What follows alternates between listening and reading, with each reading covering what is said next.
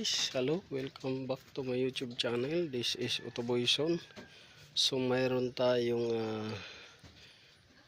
ginagawang troubleshoot na sasakyan, Nissan Serena. So ang issue niya guys ay naglalak yung preno. So pagka blinid mo siya, naglalak yung preno sa likod. Pag i-bleed mo yung harap, pagka na-bleed mo naman yung harap, ay yung likod, yung harap naman ang naglalak. So vice versa lang sila guys. Pagka nag-bleed ka ng harap, yung likurang gulong ang ayaw gumulong. Pagka nag-bleed ka ng likod, yung harap naman ang naglalak. Nag-stack up yung preno. So ilang beses na natin yan blinid. Ngayon ang nangyari is gagana, minsan naman hindi siya gagana. So paiba-iba yung performance ng braking system niya or brake system niya. So ulitin ko, ang symptoms nito guys, pagka nag-brake ka is ayaw niyang kumapit. Pag nagpreno ka, ayaw niyang kumapit. Ito yung pinakaunang symptoms niya. Pagka nagpreno ka, ayaw niyang kumapit. Ngayon,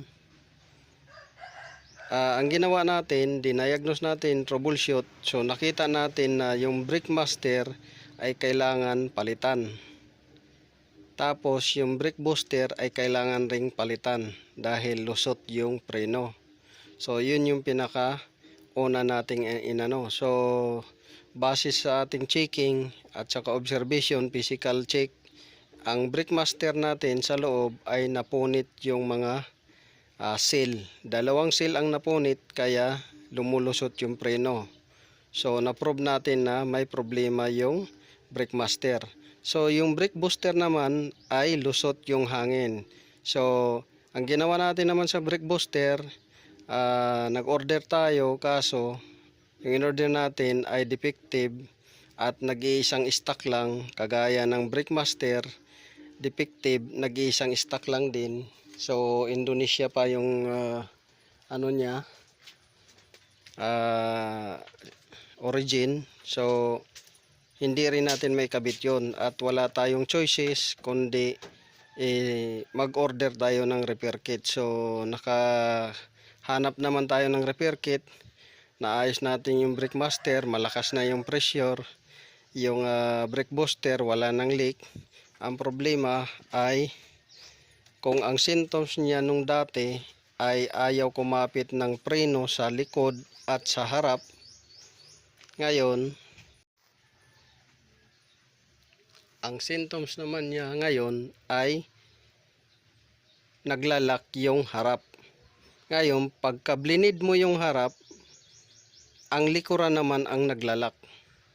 So nagba-vice versa lang sila. So ito first time kong na-encounter nito guys.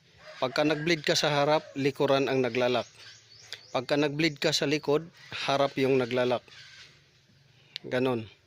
So kung i-bleed mo sila lahat sabay-sabay, rotation, hindi siya titigas yung preno. Hindi titigas yung pedal. Hindi din kakapit yung preno kung sabay-sabay mong i-bleed sila. Kailangan pagka-bleed mo dito sa likod is sunod doon sa harap.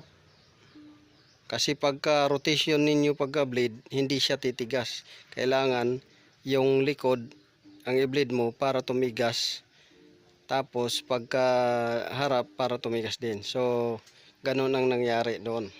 So ngayon, tinanggal ko na lang. So ito, chinik ko na yung wiring nito at saka controller niya. Ayos naman siya. Pero ang problema ay pagka gumana na siguro, doon siya nagmamalfunction. So tinanggal ko na lang talaga siya para atin ma-check ng husto yung loob. Dahil ito siya, tinanggal na natin rin yung relay to sa loob relay controller ito.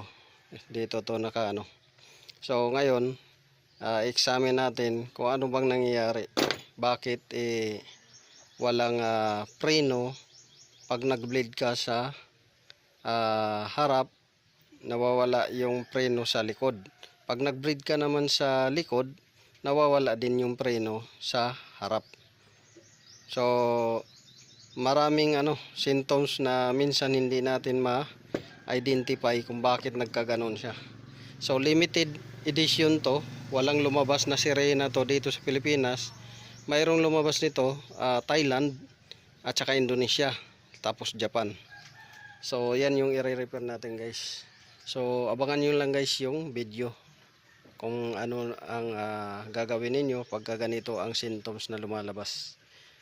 So this is Utoboy Son. So sana nakakuha kayo ng kunting idea sa aking binigay na symptoms at troubleshooting. So hanggang sa muli, magandang gabi, ay hapon pala. This is Utoboy Son. God bless you all. So ito guys, so dati ko nang inayos to, pero bumabalik pa rin yung problema niya, bumabalik. So yan yung i-resolve natin ngayon. So bubuksan natin ulit ito, anong nangyari, kung bakit nagmamalfunction pa rin siya.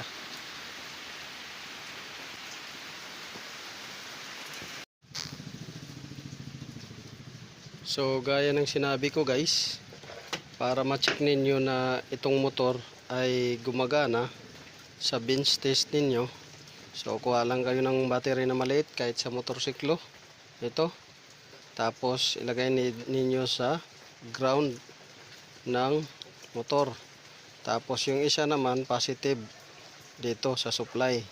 So ito, paparinig ko sa inyo na gumagana to, pero pagka nakakabit to doon, minsan nawawala yung gana niya, meaning ay nagmamalfunction siya.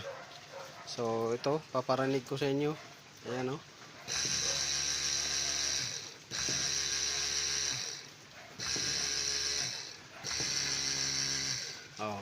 So meaning gumagana siya. Itong motor na to gumagana. So ngayon, ang natin is bubuksan natin ito para ma-check uli natin kung ano yung nangyayari doon sa mga passage ng fluid, kung bakit nag-iiba-iba yung supply nya. So yan yung anuhin natin, tapos ititrace natin ito kung bakit itong isa kasi positive to, kung bakit nawawala yung andar nito. So yan yung anuhin natin, check. So yung isa nito ay pumunta dito sa module nya, controller, dahil ito relay controller to siya. So hindi ko alam kung ito yung may defective, kung bakit nagmamalfunction, pero hindi naman sunog. So ititest natin to, i-retest natin ulit ito. So ayan guys, binuksan na natin. Ayan. So ito yung mga niya, cylinder valve. Ito naman yung seal nya. Ayan. So chinik natin dyan kung tumagos na ba dyan yung fluid, kung nababasa ba. So dito nagbabasa. Ayan o, nagbabasa siya. Yung iba hindi.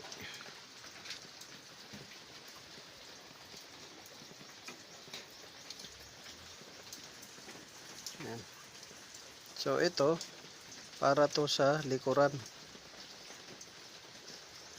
Ito naman para sa harapan na supply. So supply line para sa likuran, supply line para sa harapan. Kaya nakalagay dito front left, front right, nandito yung isa. dito butas. So check natin ito kung bakit hindi gumagana minsan. Dito nagbabasa yung loob. So check natin kung yan nagiging dahilan kung bakit nagso-short siya. Bakit nagbabasa.